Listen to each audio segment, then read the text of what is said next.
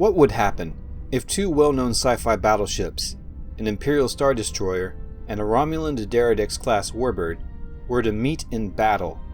Who would be the victor? In the past year I've made a video about the mighty D'Deridex Warbird and created a version that is enhanced and upgraded to fight the Dominion, a much closer version to the original intended design by Andrew Probert.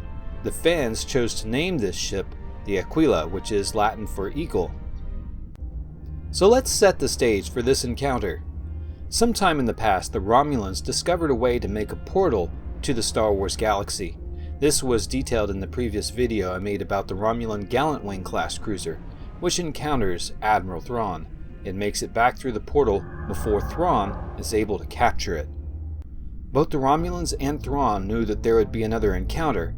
Imperial researchers have found that time passes much faster in the Star Trek universe. The Romulans have had decades to prepare for the next encounter against the Galactic Empire.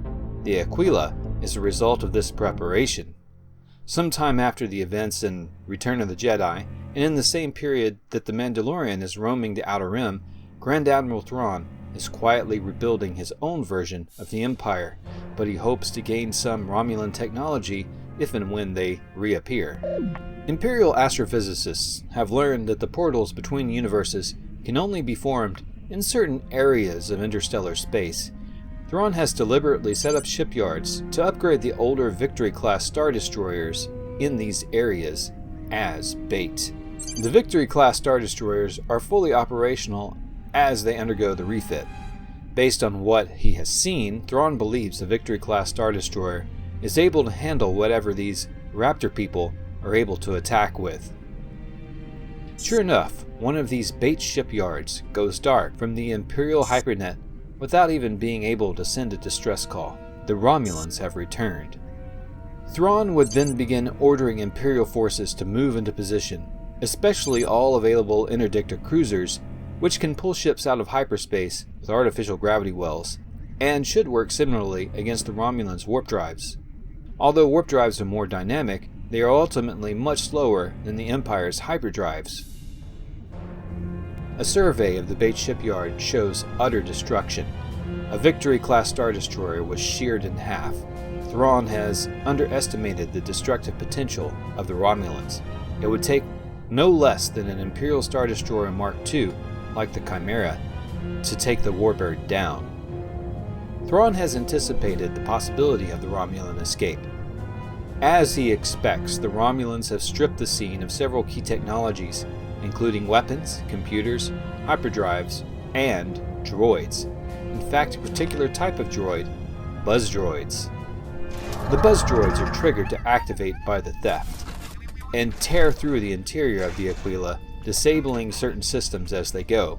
They deliberately disable the cloaking device and long-range sensors before the Romulans realize what is happening and manage to beam them into space. With the cloak disabled, the Romulans are visible on long-range sensors, and Thrawn is able to lay a new trap. The Imperials must act quickly before the Romulans are able to return to an area of space where they can safely create a portal back to their own universe.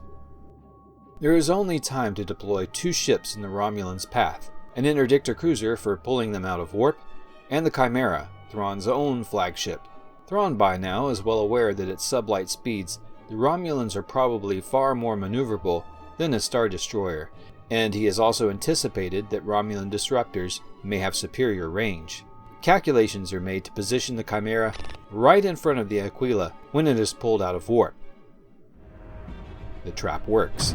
To minimize the Aquila's ability to move to a safe distance, Chimera seizes the Aquila with all of its tractor beams and attacks with a full barrage of ion cannons, hoping to take the Romulan ship mostly intact.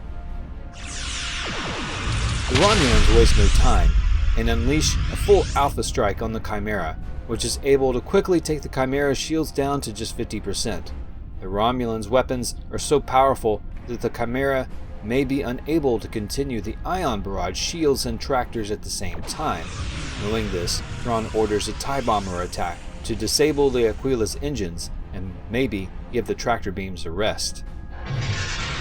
The TIE bomber attack fails, for the Aquila has its own fighters, and excellent point defense to defend it against the TIE bombers.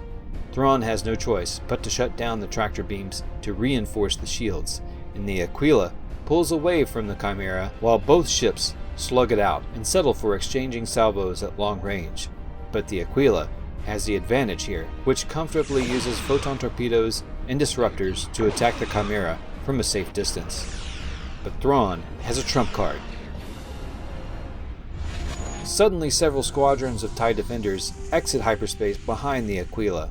The TIE Defenders are Thrawn's own pet project, advanced fighters with shields and powerful weapons. They are tough enough and fast enough to keep up with the Aquila and disable its impulse drive, leaving it dead in the water while the Chimera is finally able to close in. But the Romulans have a trump card of their own. A D'Deridex Warbird is always more than one ship. It carries cloak cruisers inside the split hull and serves as a kind of mothership. The Aquila carries 2 cloaked Winged Defender class cruisers inside its hull, and one of them had already secretly launched and positioned itself behind the Chimera. From there, it attacks the engines of the Star Destroyer and is able to disable them. But the Chimera manages to turn its primary turbolasers on the graceful Romulan cruisers and utterly destroys it. Now both ships are heavily damaged. The Aquila cannot enter warp, nor can the Chimera with the interdictor cruiser's gravity well activated. But the Imperial fleet will soon arrive with more ships. Thrawn would take a moment to try to reason with the Romulans. Alien vessel, it seems we are at an impasse, but you only delay the inevitable. Soon my other ships will arrive. There is no need for more bloodshed. We will be willing to offer you safe passage back to your home galaxy, and you may keep the technology you have acquired, if you will give me the cruiser in your docking bay. After a long pause, the Romulans respond, and the hologram of the Romulan commander sputters into existence in front of Thrawn. He looks at Thrawn and begins to cackle maniacally. Even if I wanted to give you the other cruiser, I cannot, for it is far from here by now, and it already has all the technology that we require. Thrawn's look of surprise provokes more laughter from the Romulan commander. I sense a kindred spirit with you, my red-eyed friend, but I have my duty. This is our way. The hologram disappears, and the Chimera's sensors detect a large buildup of radiation coming from the Aquila.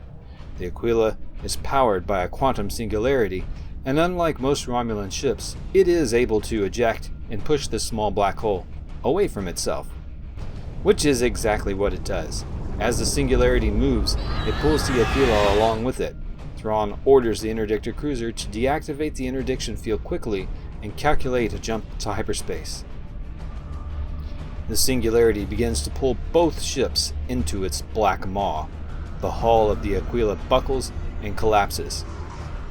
The Chimera is almost upon the event horizon, but is able to jump away to hyperspace. Thrawn's command team would then speculate if they should be worried about the missing Romulan cruiser. Thrawn would say, "Perhaps, but this type of encounter between universes is at best a fleeting affair. Efficiency demands that we focus our energy in our own universe, not another." Well, thanks for watching, everybody. This video took me way too long to complete. I came to a point where I had a sort of video's writer's block on this one. But I am so thankful for everybody who stays with my channel, even though sometimes I don't post consistently. And I really am looking forward to creating some new content, especially since I'm always learning new things. So don't forget to subscribe and like the video. Please comment. Tell me if you think I'm right or wrong on this. I'm sure some of you disagree on how this went down, so feel free to say so in the comments.